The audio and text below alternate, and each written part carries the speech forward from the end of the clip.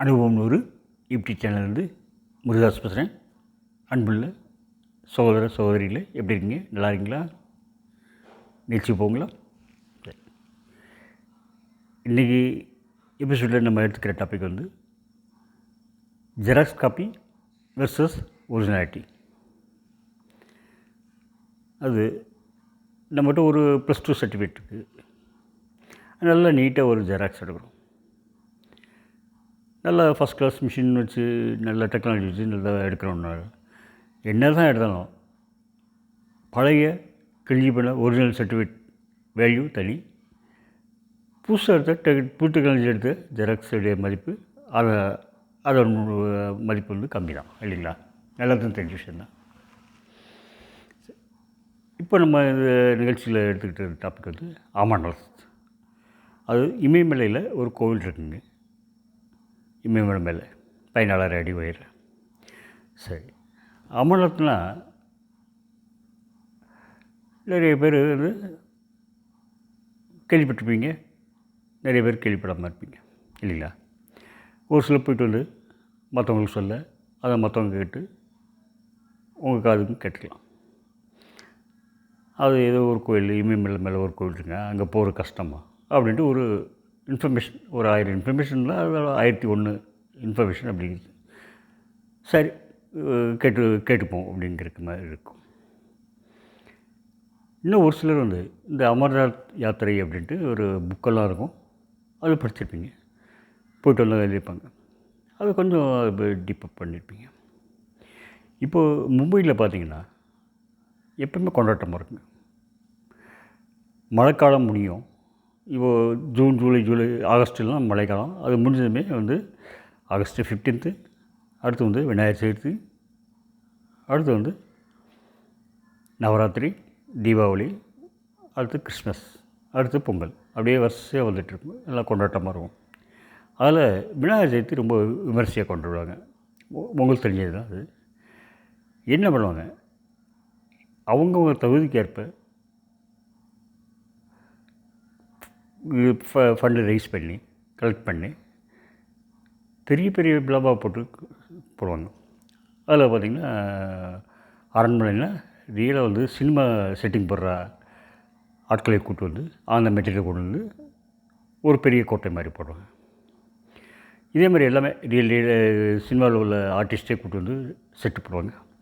அது செட்டு வந்து பார்க்குறதுன்னு தனி கட்டணம் வசூலிப்பாங்க. இப்போ நாங்கள்லாம் அங்கே இருக்கும்போது தனியாக ஒரு டாக்ஸி பிடிச்சி போவோம், 5-6 இடத்துல போய் எப்படி போட்டிருக்காங்கன்னு ஃபீஸ் கொடுத்து பார்த்துருவோம். ஆனால் ஒர்த்து நல்லாயிருக்கும். அதில் பார்த்திங்கன்னா அந்த இதில் வந்து ஒரு இடத்துல வந்து இமயமலை மேலே இருக்க அமர்நாத் கோயில் மாதிரி செட்டிங் போட்டுருந்தாங்க. உள்ளுக்க நுழைஞ்சோம்னா அதே ஒரு -5 டிகிரி அந்த சில்னஸ் இருக்கும். ஒரு 20-25 ஏர் கண்டிஷன்லாம் போட்டு அந்த மாதிரி அந்த எஃபெக்ட் கொண்டு வந்திருந்தாங்க. அது சினிமா ஆர்டிஸ்ட்லாம் வந்து அவங்கள போட்டுற செட்டுங்க, அந்த மாதிரி இருந்துச்சு. ரொம்ப தத்ரூபம் இருந்துச்சு. இது வந்து ஒரு அமர்நாத் நேரில் பார்த்தா ஒரு இது. எனக்கு என்னென்ன அந்த அமர்நாத்தே போயிட்டு இமயமலை போய் தரிசிக்கிற ஒரு வாய்ப்பு கிடச்சிதுங்க.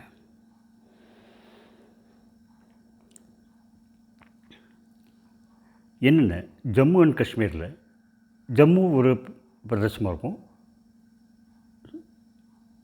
காஷ்மீர் ஒரு பிரதேசமாக இருக்கும்.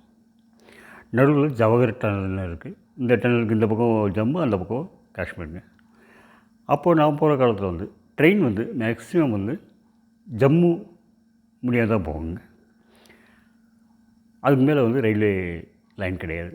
இப்போ போட்டிருக்காங்க, காஷ்மீர் முடிய போட்டிருக்காங்க. அப்போது ஜம்மு தவிலேருந்து இறங்கி மொத்தமாக ஒரு மண்டபத்தில் கூட்டிடுவாங்க. கூட்டிட்டு ஒரு 50-60 வாகனங்கள், டூரிஸ்ட் பஸ்ஸு, ப்ரைவேட்டு கார்ஸு, அதெல்லாம் வரிசையாக கன்வாய் மாதிரி வச்சுக்கிட்டு முன்னாடி ஒரு ஆர்மர்டு வெஹிக்கிள், பீரங்கி வண்டிம்பாங்க, ஆர்மியோடைய பீரங்கி வண்டி, பின்னாடி ஒரு ஆர்மர்டு வெஹிக்கிள் வச்சுக்கிட்டு மலைப்பாதையில் போகணுங்க. ஹில் ப்ளேஸில் போனோம். ஒரு 100 அடிக்கு ஒரு இராணுவ வீரர் பாதுகாப்புக்காக நிற்பார். அந்த கன்வாய் போகிற முடியும் ஃபுல்லாக பாதுகாப்பு நிற்பார். அங்கே பார்த்தீங்கன்னா அங்கே ஒரு பெரிய பள்ளத்தாக்கு வரும் மலைப்பாதையில். பள்ளத்தாக்குன்னா ஒரு 4-5 மைல் உயரம் இருக்கும். சுற்றுலா பார்த்திங்கன்னா ஒரு 40-50 கிலோமீட்டர் இருக்கும். கொஞ்சம் மேலே கூட குறையாக இருக்கலாம். வி ஷேப்பில் இருக்கும். மேலேருந்து ஆரம்பித்து கொஞ்சம் கொஞ்சமாக இறங்கி போகணும். மேலேருந்து கீழே பார்த்தாலே ரொம்ப பயமாக இருக்கும். நேச்சுரல் சீனரிஸ் விட பயம் அதிகமாக இருக்கும், த்ரில்லிங்காக இருக்கும். அங்கே வந்து போகிற உள்ள ஏதாவது வாகனம்லாம் விபத்தில் சிக்கி கீழே விழுறாங்க. ஆனால் அப்போ யாரும் எடுக்க மாட்டாங்க, எடுக்க முடியாது, அவ்வளோ கஷ்டமாக இருக்கும். அந்த வாகனத்தில் அந்த மலைப்பாதையில் அப்படி கொஞ்சமாக சுற்றி கீழே இறங்கி பள்ளத்தாக்கில் இறங்கினோம்னா அந்த ஜவஹர் டனல் வந்துடும். ஜவஹர் டனல் அந்த பக்கம் போனோம்னா ஸ்ரீநகர் வரும். ஸ்ரீநகர் பக்கத்தில்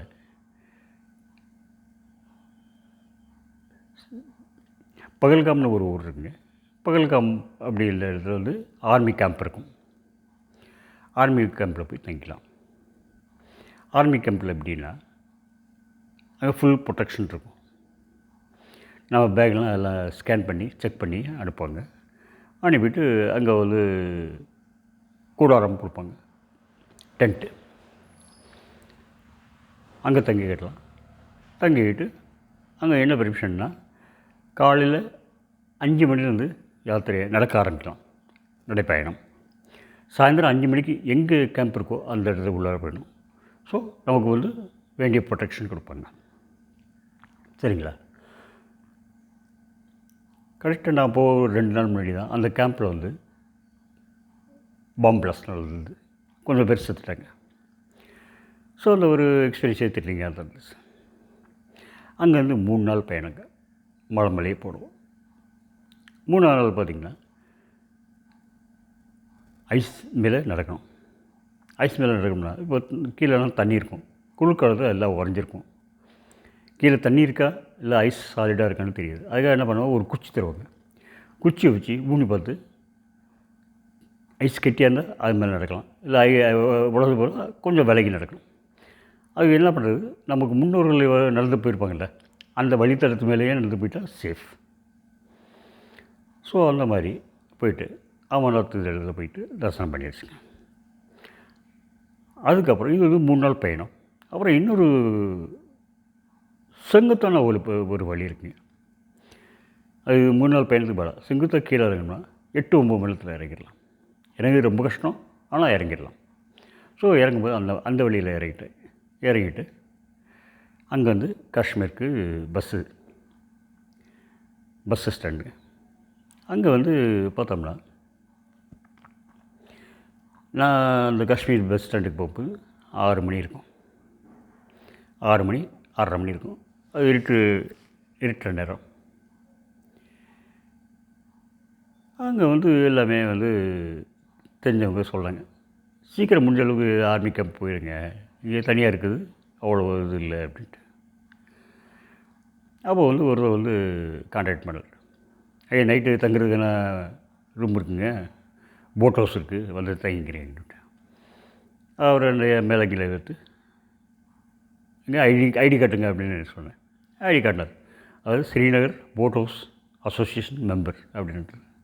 அங்கே தால் ஏரி இருக்கும் இல்லையா, தால் லேக் இருக்கும்போது அங்கே அசோசியேஷன் நம்பர். அப்புறம் இன்னொருத்தர் வந்து இங்கே வந்து பக்கத்தில் ஹனுமன் கோயில் இருக்குங்க, அங்கே போயிருங்க, நல்லதுங்க அப்படின்னு. சரின்ட்டு அங்கே ஹனுமன் கோயில்கிட்ட போயிட்டேன். அங்கே வந்து ஃபுல் செக்யூரிட்டி இருந்தது. அங்கே நைட்டு தூங்கிட்டு காலையில் அங்கேருந்து பஸ்ஸு அங்கே லால் சோக்னு ஒரு இடம் இருக்குங்க. அங்கேருந்து ஜம்மு தவிக்கு பஸ் இருக்குது. பஸ்ஸு பிடிச்சி ஜம்மு தவிக்கு வந்து ட்ரெயின் பிடிச்சி திரும்பி நம்ம ஊருக்கு வந்து சொன்னாங்க.